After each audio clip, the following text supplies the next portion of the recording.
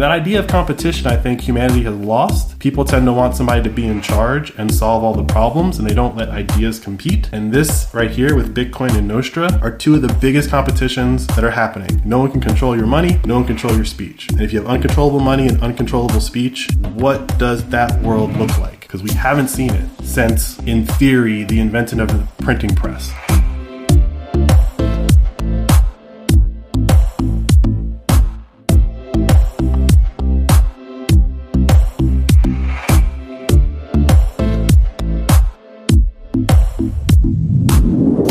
Listening to the Flirting with Bitcoin podcast. I'm Mandana. And I'm Ian. And we're the Receffies. My husband Ian is a Bitcoin enthusiast, but I am not. Each week, he tries to teach me something about Bitcoin and Bitcoin adoption. We have a lot of fun with it. But I'm not trying to overwhelm you with technical analysis and price targets, babe. You promise? I promise. And I promise we won't overwhelm you with ads. That's because we operate on the value for value business model. What's that? Instead of reading off a bunch of ads, we're going to keep things a little more personal, intimate, if you will. If you enjoy the show, meaning it brings you some value, consider supporting us. That support can be sharing the pod on your socials, recommending us to a friend, and yes, even sending us some money. And since I'm the Bitcoiner, I prefer Bitcoin. And you can send us some on our favorite podcasting app, Fountain. If you want to learn more about the pod, go to flirtingwithbitcoin.com and our About page to learn the different ways you can support the show. And if you're new here, or not, make sure you check out the Satoshi Savings Calculator on the site. It's a little app that I built that enables you to set a goal for how much Bitcoin you want to acquire, while also reinforcing certain Bitcoin concepts like the halving and Satoshis. And since I know Bitcoiners are all about their privacy, the app works completely in airplane mode and only saves data to your browser's local storage. To all our fountain heads out there,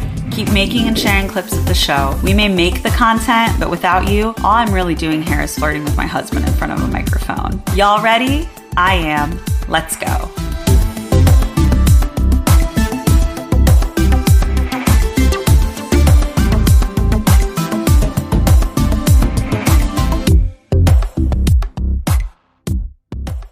Hey, Ian. Hey, babe. Hola. Guten Tag. Buongiorno. Konnichiwa. Hello. Hello. Bonjour. And howdy to Texas. Howdy, howdy. What time is it, babe? The current time is 7:73:735, and we are 999 blocks since our last episode. And if I give you $1, how many acres could I get on sunny Bitcoin Island? Today, you could get 4,346 acres for $1. So even less than last week? It's gone up. How much did it go up?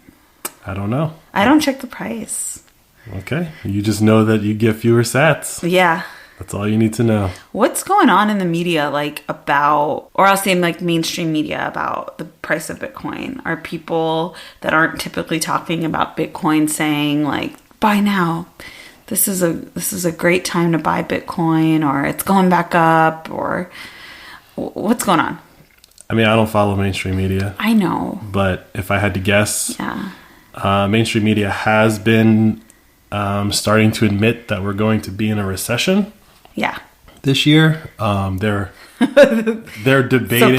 Surprise! Yeah. We're gonna be in a recession. Yeah, they're admitting that a recession is on the way. Imminent. Some people are saying it's been here for a while. Mm-hmm. And usually when recessions roll around, the pundits start talking about things you should do to like prepare yourself for a recession, particularly wealth preservation. And so I feel like I've seen a couple of things that will say gold, silver, or Bitcoin, right? But not really any mainstream media telling you to buy Bitcoin as a way to hedge against the recession. Yeah. They will say it in the sense of like, some people would say to buy Bitcoin, right? Yeah. Like that's some people are saying, I'm not saying. Yeah, the classic Donald Trump move. People are saying, I'm not saying. People are saying it's great. It's like gold. It's like silver. But yeah, I mean, I don't really follow that stuff anymore. I find it. I noticed this the other night. Like there was something that came up about Stephen Colbert, and I was like, wow, I haven't watched Colbert in a long time. I don't watch Seth Meyers. I don't watch any of those people anymore, and feels good. I watch them. They're cuties. I like them. Yeah, but it got real hard to watch them during like COVID when they were just like not actually giving people any real information. And so I don't think they're giving anyone information appropriate for the recession either. Yeah, I mean, they are millionaires, funded by millionaires. Yeah, sure. But the way that they present their shtick is like, look at how ridiculous everyone is. Let's make fun of that. Yeah. But if you're not providing alternative, better information, then you're not really providing any information. Yeah, I mean, they're late night shows. I think it's hard to think of them as a source of news. I don't think of them as a source of news, but it is disappointing when they get things like blatantly wrong. And I mean, I'm just using that's them. where you know a lot of people are getting their information from. I mean, I'm just using them as an example. I think that they're just an extension of like the mainstream media, Yeah. right? And They're so they're just summarizing what the news covered that day and making it a joke. Exactly. Yeah. And so like if you go off of, for example, what they're saying, then their jokes don't reflect the reality because they're just repeating what the official pundits are saying is the reality. Of course. So in Bitcoin land, everyone is very up on get as much Bitcoin as you can. The halving is coming. You know, I think if the halving hits, you know, around April 2024 and we're still in a recession, it's going to get very interesting for Bitcoin, and it's going to get very interesting to your original question, what are they going to actually say about Bitcoin?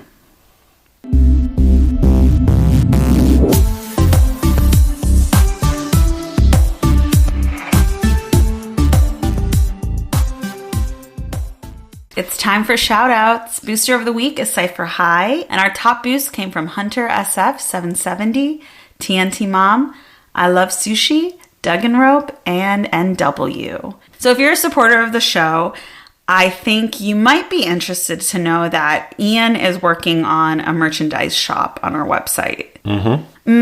So I've talked about it here and there, and people have asked us about it, but Ian is like the person that puts our plans into action. I will like think about something for like 6 months and not do anything about it, but he's like ready to go. He's told me I need to get my slogans together. We need to send it off to the designer so we can get this going. But it's so hard for me to pull the trigger because I have these sayings that I think are so fun. And I say them, but I don't know if they're too vulgar for mass consumption. So I want to run them by you guys, just a couple of them, not all of them. And just, you know, give us some feedback. Like, do you like it? Do you not?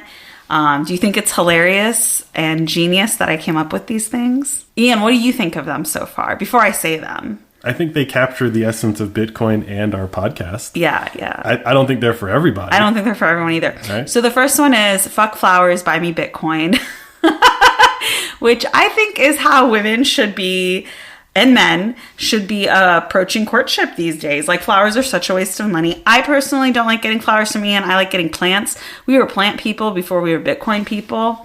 We're still plant people. We're still very much plant people. But when this man spoils me, like he brings home a potted plant, or like, you know, a new pot and repots one of my older plants, you know. So buying flowers is like such a waste of money. Would you say it's fiat? Killing something and handing it to someone that's gonna and knowing it's gonna die in a week? I don't know if it's fiat. Like, flowers are definitely real. Like, some work goes into growing flowers. A lot of work goes into right? it, yeah. So it's not fiat, but it is a it feels like a waste of money. To me, it's a waste of money. Yeah. If you take like the romanticized, commercialized, especially like Valentine's Day is coming up, those types of things. So the first is fuck flowers, buy me Bitcoin.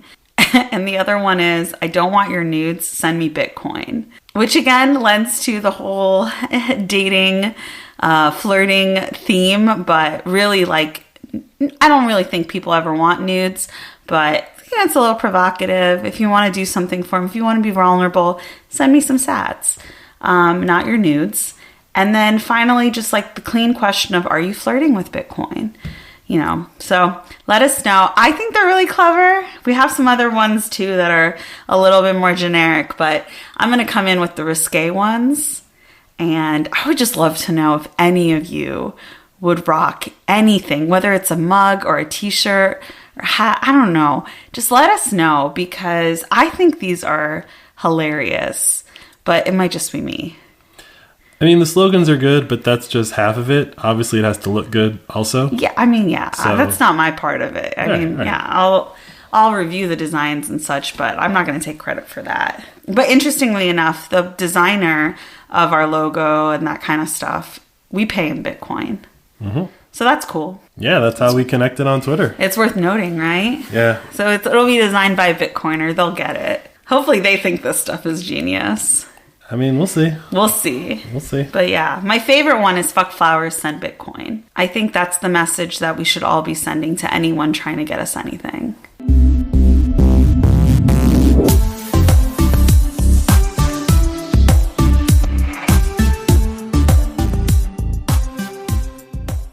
I know Ian wants to talk about some stuff this week. He has like a list that's on the screen in front of me.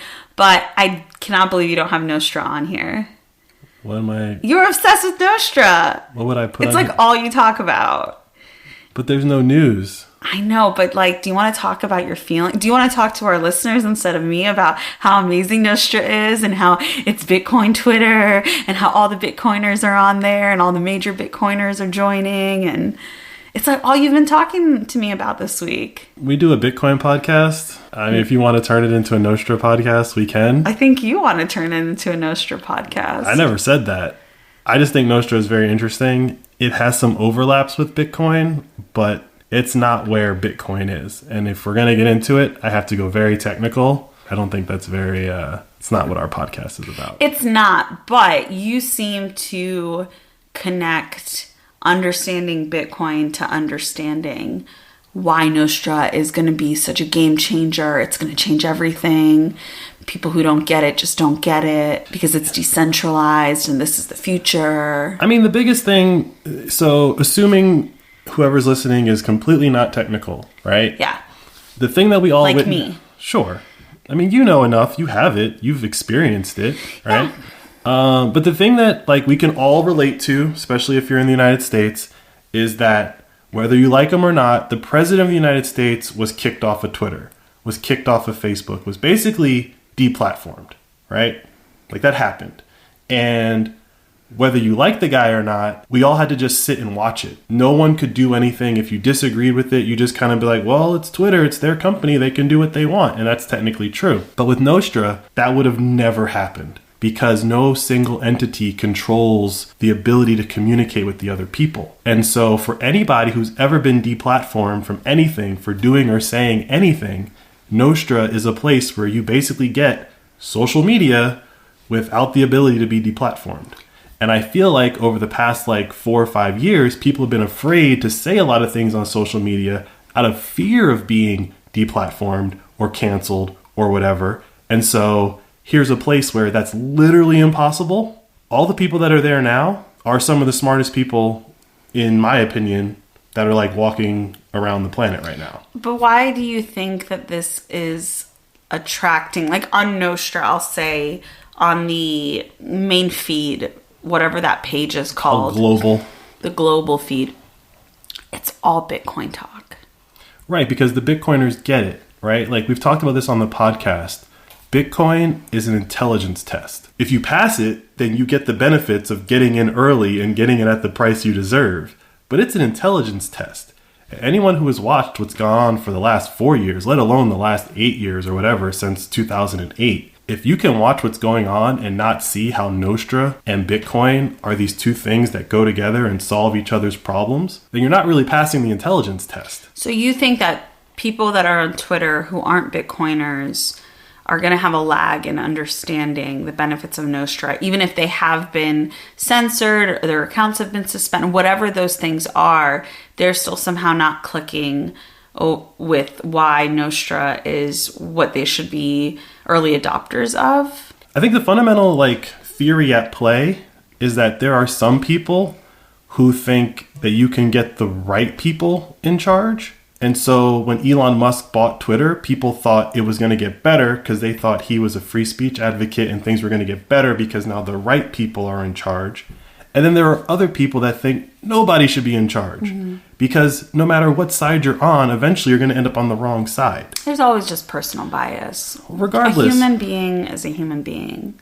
Sure, for whatever reason, there's bias, but the point is that when it comes to your money and when it comes to being able to say what you want to say, if anybody is in control of that other than you, that's not the best situation to be in. How long do I think these people will take? It's been 14 years of Bitcoin.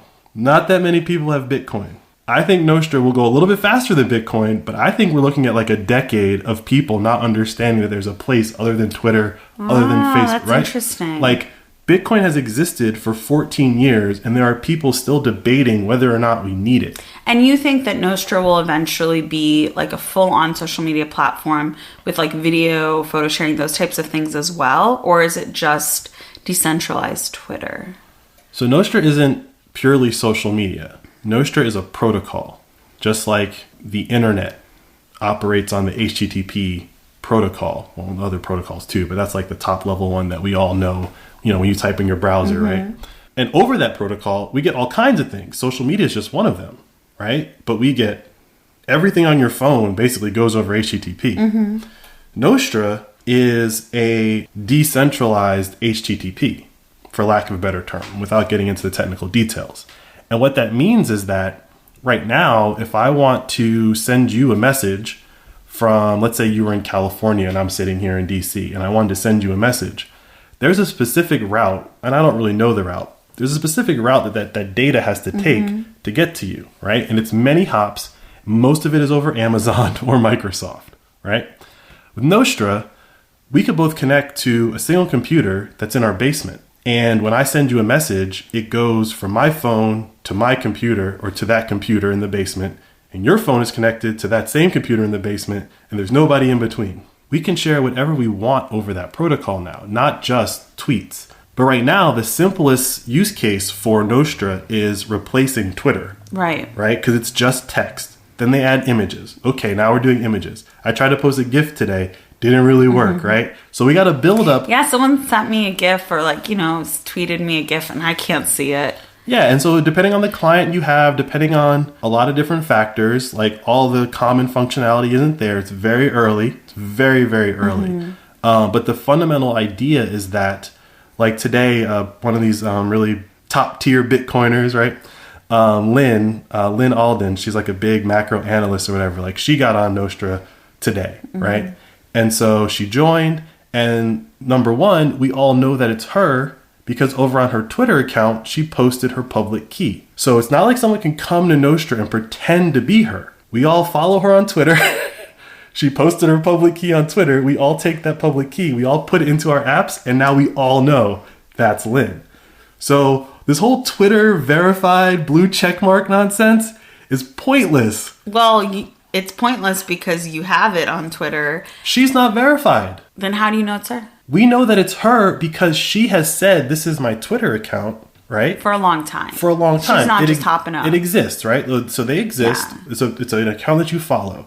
But if insert some other thing popped up tomorrow, right? Like Bostra, right? And it didn't work off of public-private keys, right? It was just like you go over to that new platform and you do a search and someone spelt their name the same way or whatever and you think it's them. Yeah.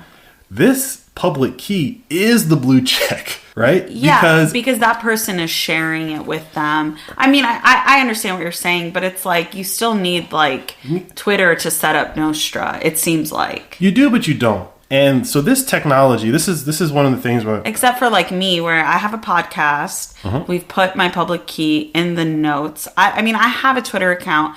I'm not tweeting my Nostr public key on Twitter. Like nobody follows me on Twitter. Nobody cares about me on Twitter.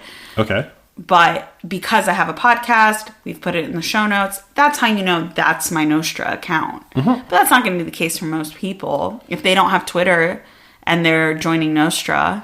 Right. So this is the technical part, right? So what we're doing here with public and private keys, this has existed before Nostr. This existed before Bitcoin. This has existed for a while. We're applying this concept of public-private keys as identification to more and more things, right?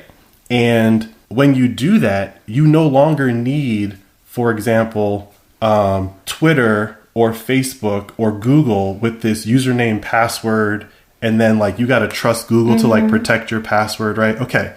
You could already PGP encrypt and GPG encrypt your email. And the way you do that is however you want to do it, you give the other person your public key, right? It's not a matter of you need some third-party system. You created your keys and I give to whoever I want to communicate with, this is my public key. If you can't decode the message that I send you, it wasn't from me. That's been around for a while. That's cypherpunk stuff. Yeah, I mean, it's just being I get brought what you're to the saying. masses. It just needs to be like a more direct like transfer of public key than oh, this person is just on Nostra with their photo and their name, and you're just taking their word for it that this is who they are. Right. So, like, the scenario we just used where it's like she's on Twitter, she shared her public key on Twitter, right? That could have been anything, though. That could have been a newsletter. That could have been a email to you. Well, that's what I'm saying. It's like how for our podcast we put mine in the show notes. So, like, you may not see it because of the, stuff that you kind of operate in on the internet. But, like, in my world on the internet, a lot of people have been sharing their public key already, especially people when it deals with, like when you're exposing the state, right? When you're exposing the state, people will say, like, this is my public key. Communicate with me over encrypted messaging, right? Encrypt your email so that the state can't read my emails. So, like, this has been a thing that exists. But now it's being brought down to, like, the social media level. And because of how it operates and no one's in charge, there is a little weird handshake you have to do to make sure that you have the right public key of someone. But once you have it, you're connected. Yeah, I understand all of that. I think it's going to be interesting, though, because if people are diehard Twitter people, they have been throughout all of the nonsense of Twitter, right? And we know, based on what Elon Musk exposes, that there are not a lot of people on Twitter. There are not a lot of active users on Twitter, right? A lot is a relative term. Yeah, but there's more people on Instagram. There's more people on Facebook. There's more people on TikTok. Oh, Facebook just hasn't had its time in the barrel. Yeah, maybe I'll take away Facebook, but I'll say TikTok and Instagram has more active daily users. Instagram also. All of these platforms have the same problem that Twitter has. Well, I don't know. I know maybe 5 people in my life that actually use Twitter. That's fine. So I'll just say, like, in my circles, when you are saying, oh, this is like decentralized Twitter, a lot of people are going to be like, eh. But I think once there's other things that you can do on there, like I would say sharing a photo or a video, or even like group chats and things like that, the masses will come. Because I think those types of uses, people are very quick to switch apps. Just like people were very quick to switch over to Instagram. They were very quick to switch over to Snapchat. Snapchat wasn't that great. They went to TikTok. They did Vine for a minute. Like, I think those are the types of things that people are going to be more attracted to and willing to try. But Twitter, if you don't use it, Twitter's like, eh. Like, I have no interest in Twitter. I never have had interest in Twitter. And going on Nostr, I'm like, okay, like, I look at it once in a while. Maybe I look at it once or twice a week.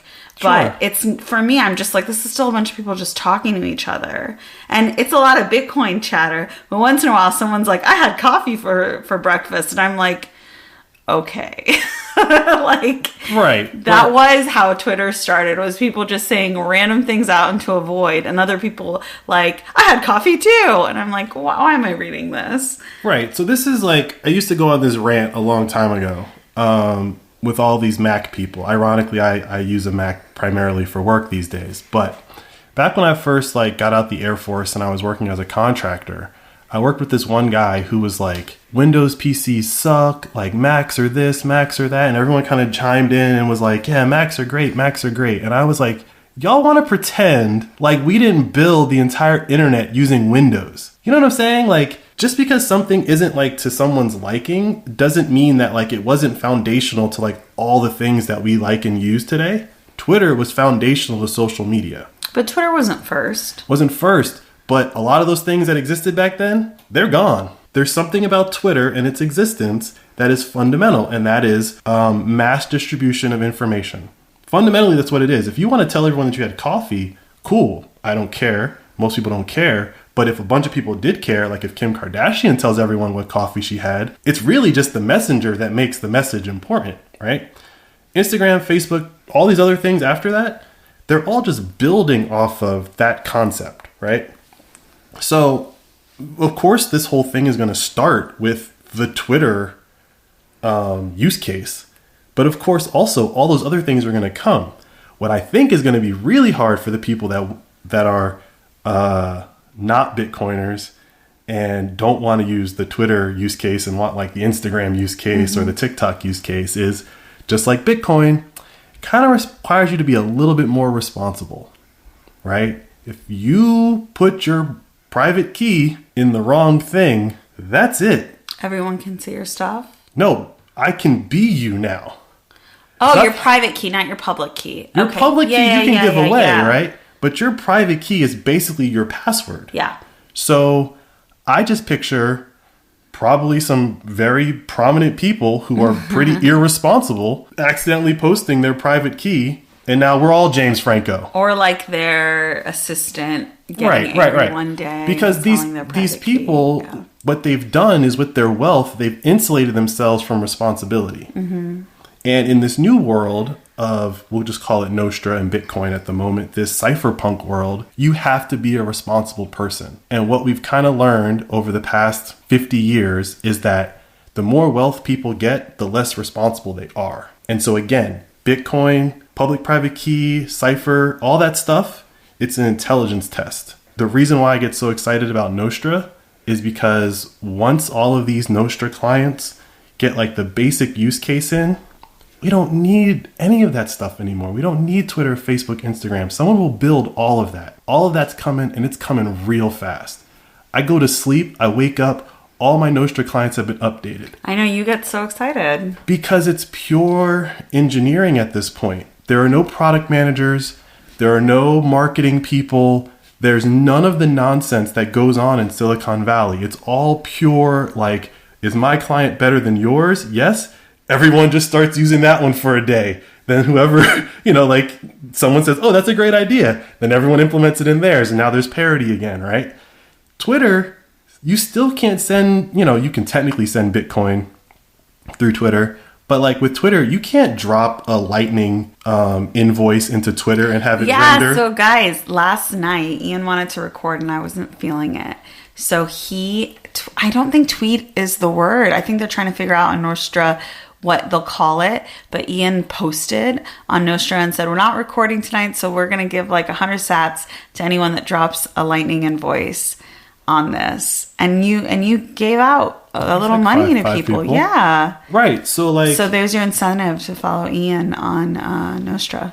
The point I was making there is that like that implementation, I don't know the details. I could obviously go look at the code because all of these things are open source also, which is amazing. But Twitter can't do that. You can't drop a Lightning invoice in Twitter and have it render with a button that says click pay and then it opens up one of your Lightning apps and you pay the person. Twitter doesn't have that. Mm-hmm. Why doesn't Twitter have that? Because there's layers and layers and layers of management of people that are not engineers, that are not actually wanting to make the thing better. And right now in the Nostr world and in the Bitcoin world, everyone just wants to make stuff better. There's no like, as a person who's been in startup culture for a long time, there's that layer of BS that's just been removed. Like laziness when you say BS? I say BS like if you were to take any startup anywhere in the world right now and the CEO is not a software engineer, right? Mm-hmm. Let's assume it's a guy who had an idea and he went out, raised some money and hired a bunch of engineers, right? Whatever that idea was, remove everyone from the company who doesn't know how to write code. That idea will still get built. And it'll get built a lot faster and a lot cleaner, right? Nostr and Bitcoin, that's what they are right now. It's that layer has been removed. Mm-hmm. Bitcoin is starting to build it up a little bit. Like companies are starting to form. Yeah. You can't really just up and unchain capital tomorrow, right? Mm-hmm. But even within that world, there's still, screw it, let's do it. There's still people like you who make something like the Satoshi savings calculator. Right, that's a great example. And so these Nostr clients, I said last night, I got like 4 different ones on my phone now. There's 4 different... Yeah, you got so excited. You were like, babe, I was trying to do something in one and it didn't work. And I opened the other one and I did it in the other one. Yeah. So yeah, like that's a great example. And there's not parity, right? Yeah. And so I just look at Nostr as like, this is very similar to early days Bitcoin. I remember it. I was there for like a week. Mm-hmm. And then I was like, I don't know what's going on. I was a lot younger and I didn't really understand the implications. Mm-hmm. But 14 years later, older and wiser, I see it happening in Nostr and I see the same like energy. I see the same people connecting all the dots being like, guys, if this takes off, the whole idea of like, you are the product goes away because there will always be an option where you're not the product.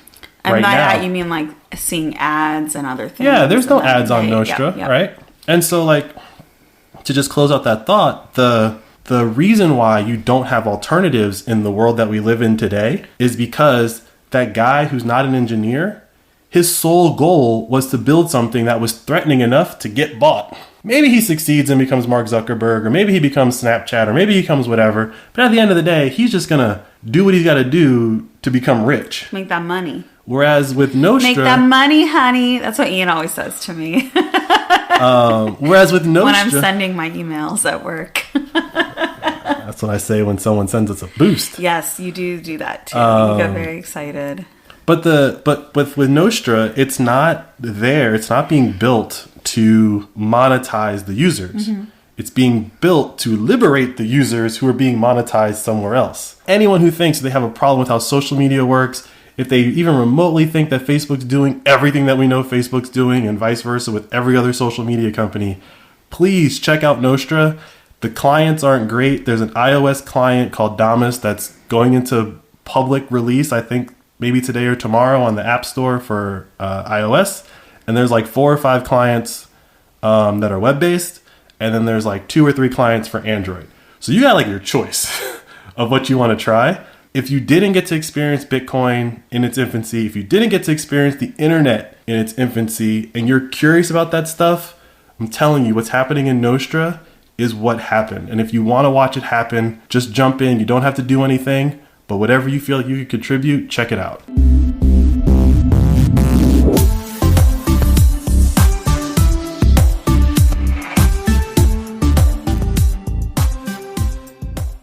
I think it's funny that description you just had about someone who has an idea and they go and they hire developers.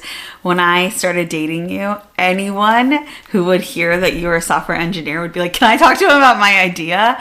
And at first I was like, yeah, go for it. And eventually I was like, no, he's too busy.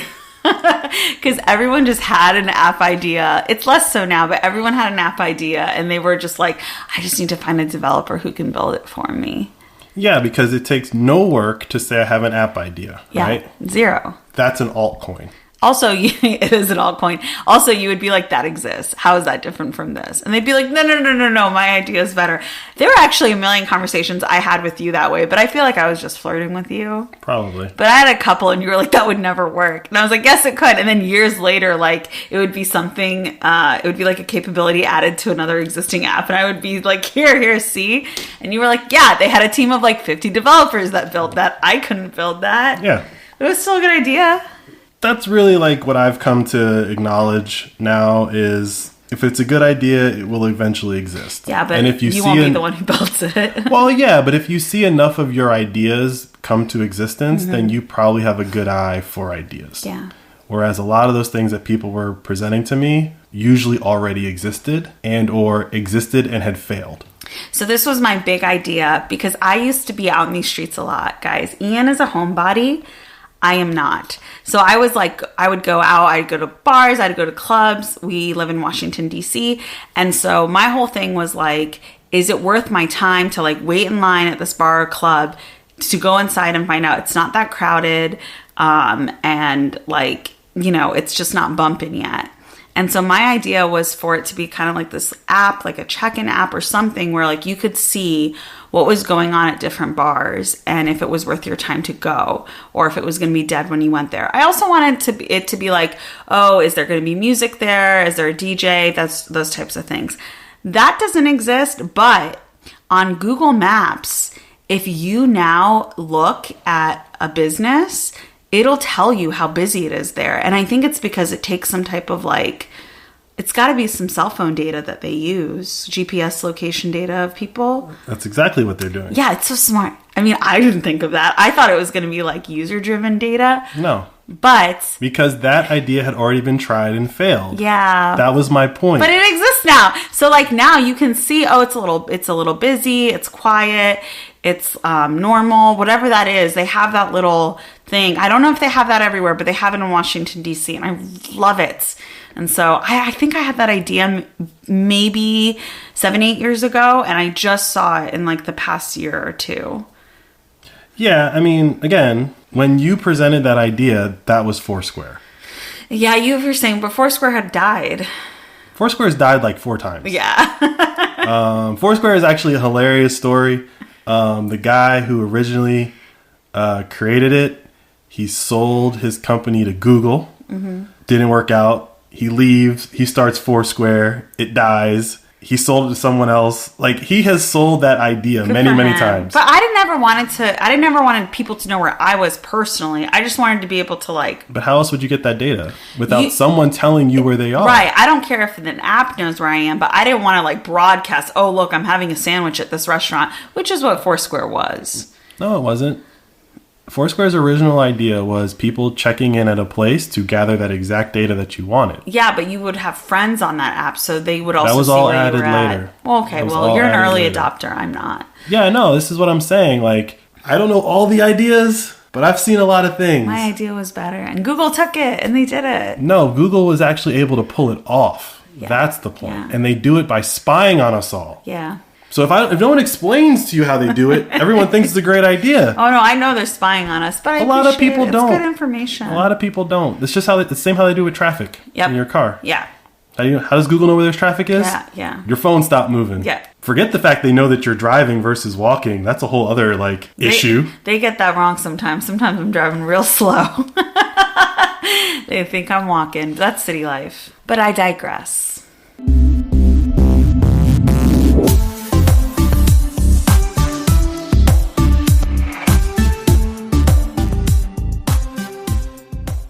All right, I got you really off topic today. As usual. It's what I do on and off the podcast. But I, for the first time ever, checked my keys. Yeah. How do you think it went, babe? You tell me. I don't know. I was just doing what you told me to do. I don't think I could do it on my own without you there. Which is probably, more important. I should get to the point where I can do it on my own. Okay, but do you understand what you did?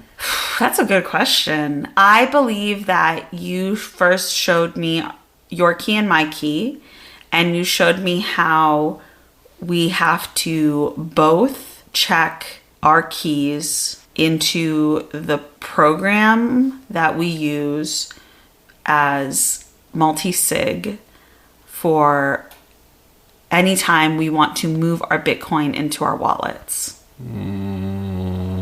Close. Can you believe I said that sentence?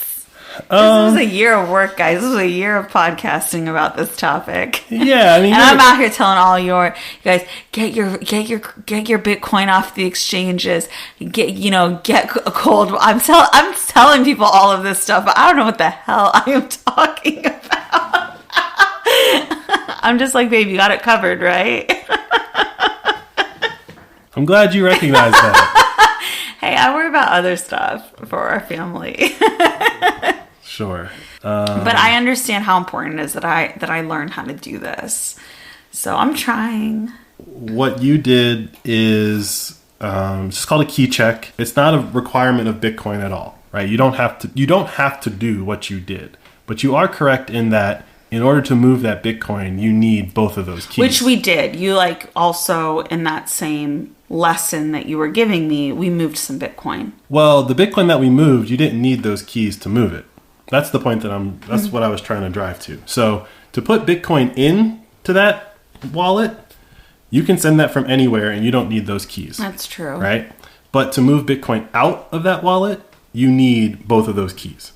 Right? And you can only move it by signing the transaction with both of those keys. So if you only had one, you can't do anything. Right? Yeah, so I learned how to unlock the key. Is that the term? That is the term, yeah. I learned how to unlock the key and turn it on so that it was ready for use. And we did it. What I have in the notes here is that what you did is called multi-sig, where you use multiple, going back to the Nostr conversation, right? You use multiple public-private keys. Granted, these are just private because you're signing a transaction, but there's a public key that goes along with them. Use multiple private keys to sign a transaction to be broadcast onto the Bitcoin network, right? And that has one layer of security, which is obviously if someone were to get one of those, no big deal. They can't move the Bitcoin, right?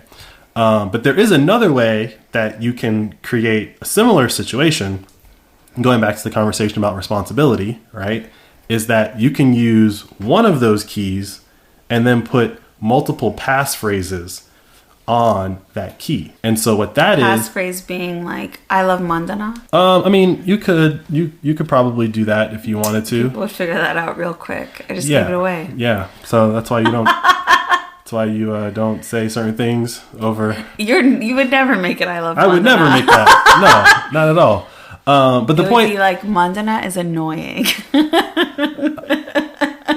I think they would guess that also. So I'm just stealing all the ones you have lined up.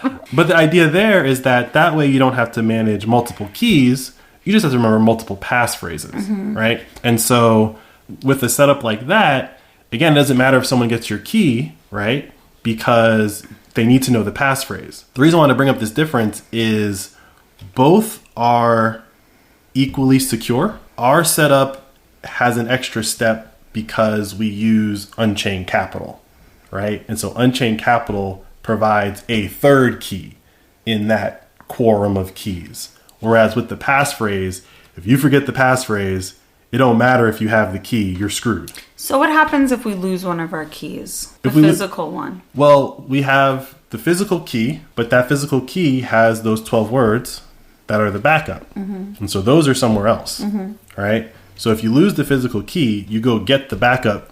And then you just turn on another key with those words. You can turn on any hardware wallet. You punch in those 12 words. Yeah. The 12 words will regenerate your private key inside of that hardware device. But since we have Unchained Capital, if you were to lose one of the keys, Unchained Capital holds a third. So as long as you have one, you could log into Unchained Capital, use your one, and then the fact that you logged in is your second key. They do a little verification to make sure that it's you. You move your Bitcoin somewhere else, that you do control all the keys, right? And then you can move it back in, create new keys or whatever, right? It would be a process, however you want to fix it. But with Unchained Capital, you get that third key that is always in a place, in theory, that you can get to. And if you're thinking about, doing this, having like multi-sig or password, whatever, everything that Ian just described, here's your incentive to do it. Because Ian, of course, used to have one key. And then when he went to get me another one, he got to upgrade his own key. So my key is old and his is brand new and like fancier. So there's incentive if you're like ready to bring your partner or spouse onto your multi-sig process.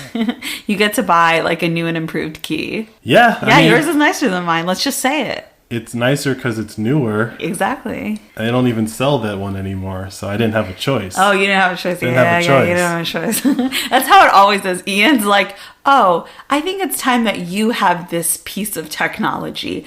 I'm going to give you the one I have, and then I'm going to buy myself a new one. It's always that.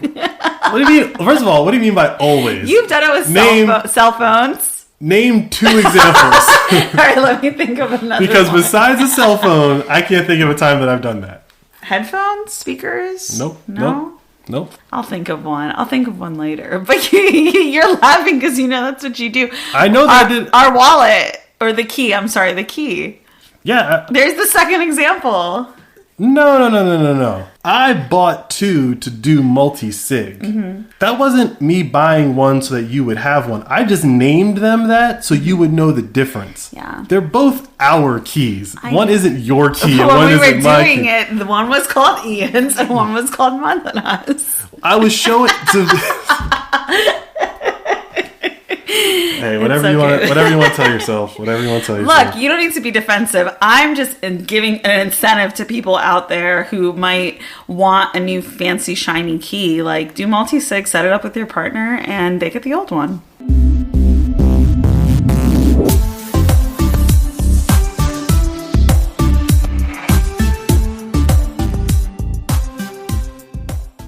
Okay, last but not least, let's talk about what Ian wanted to talk about this episode.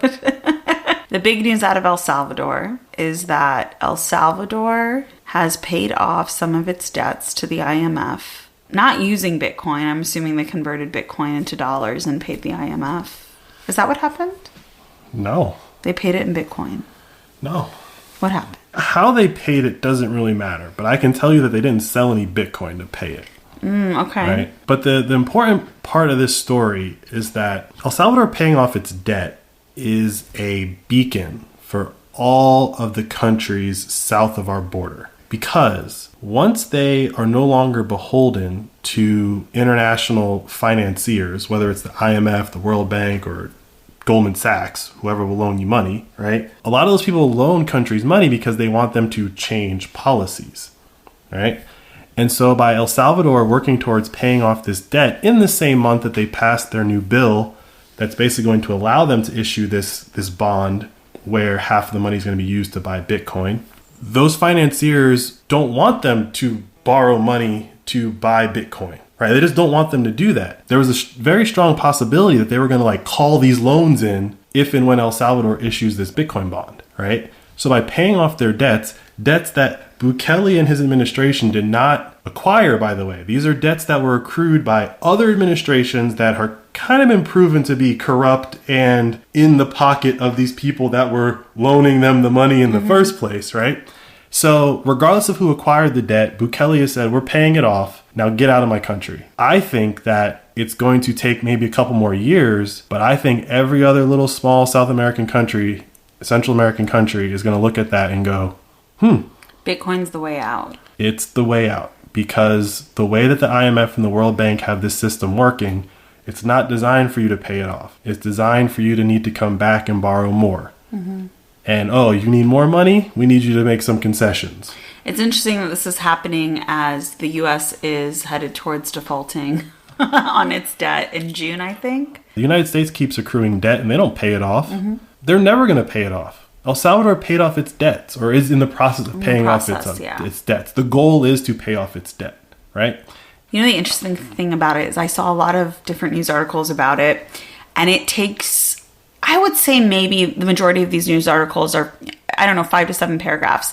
It's in the 6th paragraph in one sentence where they mention Bitcoin. And it's not even in a positive light. It's like, this happened after the IMF was upset that Bitcoin, or that El Salvador had made Bitcoin its legal tender. It's not even like, this is a signal that Bitcoin might be good for a country's economy as legal tender.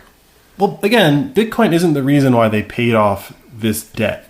Bitcoin is the reason why they believe that they can pay this debt off, right? So when they adopted Bitcoin, their GDP just shot through the roof. Not because Bitcoin was improving their GDP, but because people were now interested in El Salvador. It put them on the map. Tourism and investment and all the things that do improve your GDP. So with those projections in their improving GDP, El Salvador is saying it's safe for us. They're making the assumption, a calculation, that it's safe for us to pay this off if we keep growing. Because if we keep growing, paying this 800 million or 600 million, depending on which article you read, paying off this debt, we're not going to end up being broke, right? We're going to grow into a new economy. And Bukele is making the argument that new economy is going to be centered around Bitcoin, because when you're living in the fiat-based dollar economy, you wake up one day and all the money that you might have saved up just got devalued by 40%, right? It's like, okay, so I got to pay off my debts with the dollars are worth less. So that kind of works out for me, right? It's cheaper to pay it off. But if all my people just got poorer, that didn't really help out the country. It didn't help out the individual citizens. And so by saying citizens can interact and pay each other with Bitcoin, they can't be devalued anymore. And let's just see what happens to a country that's not on a fiat system for 5-10 years. Yeah. Not everyone's going to adopt it in El Salvador, right? A lot of people still think the dollar is better. But there are going to be a lot of people in El Salvador that become millionaires because they own a coffee shop and they were taking Bitcoin. It's not going to be that long for people to figure out, I should be taking Bitcoin too. I go to my coffee shop right over here, right? I've been going there for the past 3-4 months now, and Bitcoin just went up 30-40%. And I said to him, I was like, if I've been paying you in Bitcoin this whole time, I haven't bought a lot. I buy coffee, whatever, but I just been buying coffee from you this whole time. I'm probably your number one customer by a long shot. Because all the Bitcoin I gave you just appreciated. When's the last time the dollar appreciated? It doesn't. It's designed to just keep being worth less and less and less and less. A whole country not being devalued, that's going to be a strobe light for the whole world to look at, going, oh, that's what can happen? And then everyone's going to run from this fiat system. Yeah, I don't know.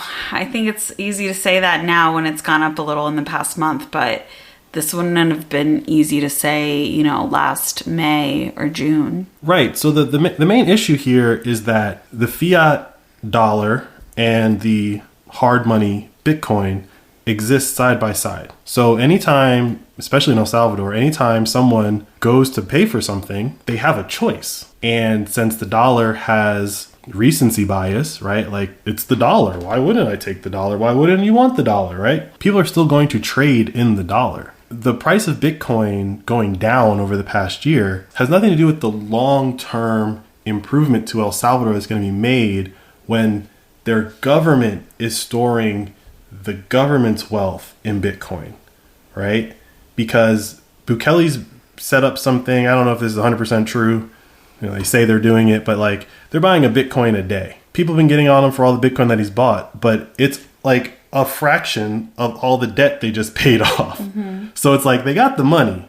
Now, if Bitcoin does what we think Bitcoin's going to do, this little bit of money that they're spending today, as the dollar is continually devalued, will become worth more and more and more. Yeah, I understand that. I understand all of that. It's just going to take time, and it's in the hopes that after the halving, everything's going to kind of skyrocket.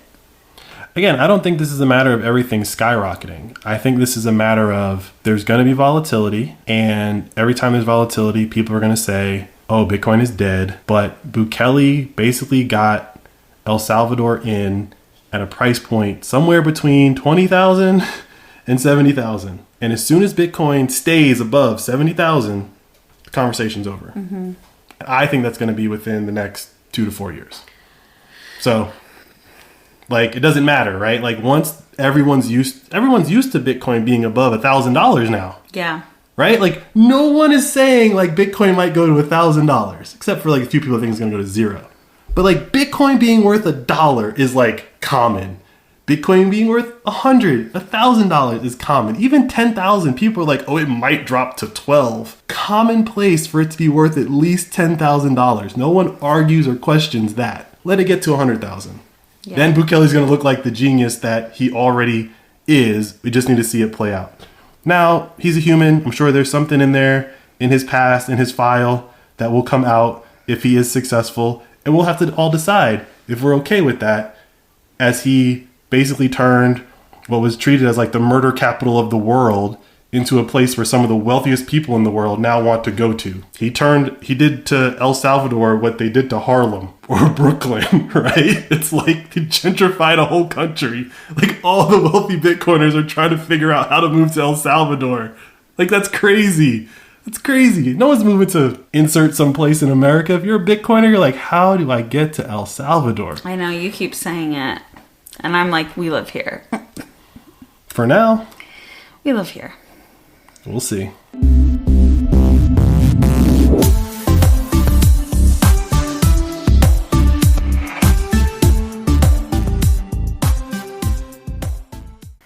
So yeah, I feel like, babe, there's a lot going on this week that you're excited about. You're very high energy. Between Nostr and Bitcoin, these two things are unstoppable. As a person who likes technology, I like seeing something that is unstoppable being talked about like it can be stopped or it's not going to work because, right? It just shows like you're failing the intelligence test. And it's one of those guys that I watch on YouTube. He said this a couple years ago in a different way, but I think we're at like a point where humanity is about to fork, right? This is a concept in software. You have a fork, right? Bitcoin had a fork. You take the code, you make a copy of it, and you make some changes. That's a fork. I think that humanity is about to fork. I think we're in the process of forking. Or getting forked. Well, yeah. I mean, there's basically people that don't mind getting forked. Uh-huh. And there are people that are like, no more. You can't fork me anymore. Exactly. And so the Bitcoiners, when you say like all the Bitcoiners are on Nostr, the Bitcoiners are the technocratic version of the gold bugs. And they're saying fork you. And they're taking all of their labor, all of their brain power, all of their capabilities, and they're just going to remake the world in their image. And as the fiat world dies out, we're going to see Bitcoiners that, I mean... Fork fiat, buy Bitcoin. That could be on a t-shirt. Maybe. I'll work on it. I'm just ideating. Yeah. But I think we're in the process of seeing this fork happen. Yeah. And I think, to tie it all back to El Salvador, I think El Salvador is a physical manifestation of that fork happening, right? Because before El It's the Salvador, first country. in a world where we pretend that the UN is representative of sovereign nations, right? It's the first sovereign entity that has said this money, it's not better, it's just as it's equal to, right? They're just saying you as humanity in this little square box of 6 million people plus anybody who wants to come visit, right? You make the choice. And if it wins out, it wins out. And if it doesn't, it doesn't. But at least they're equal and they can compete.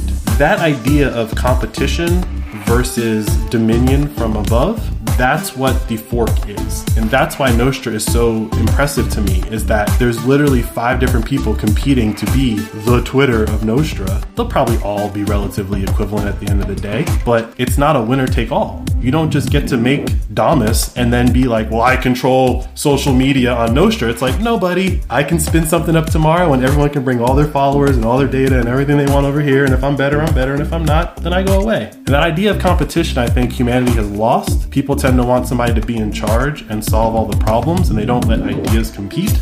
And this right here with Bitcoin and Nostr are 2 of the biggest competitions that are happening. No one can control your money, no one can control your speech. And if you have uncontrollable money and uncontrollable speech, what does that world look like? Because we haven't seen it since, in theory, the invention of the printing press.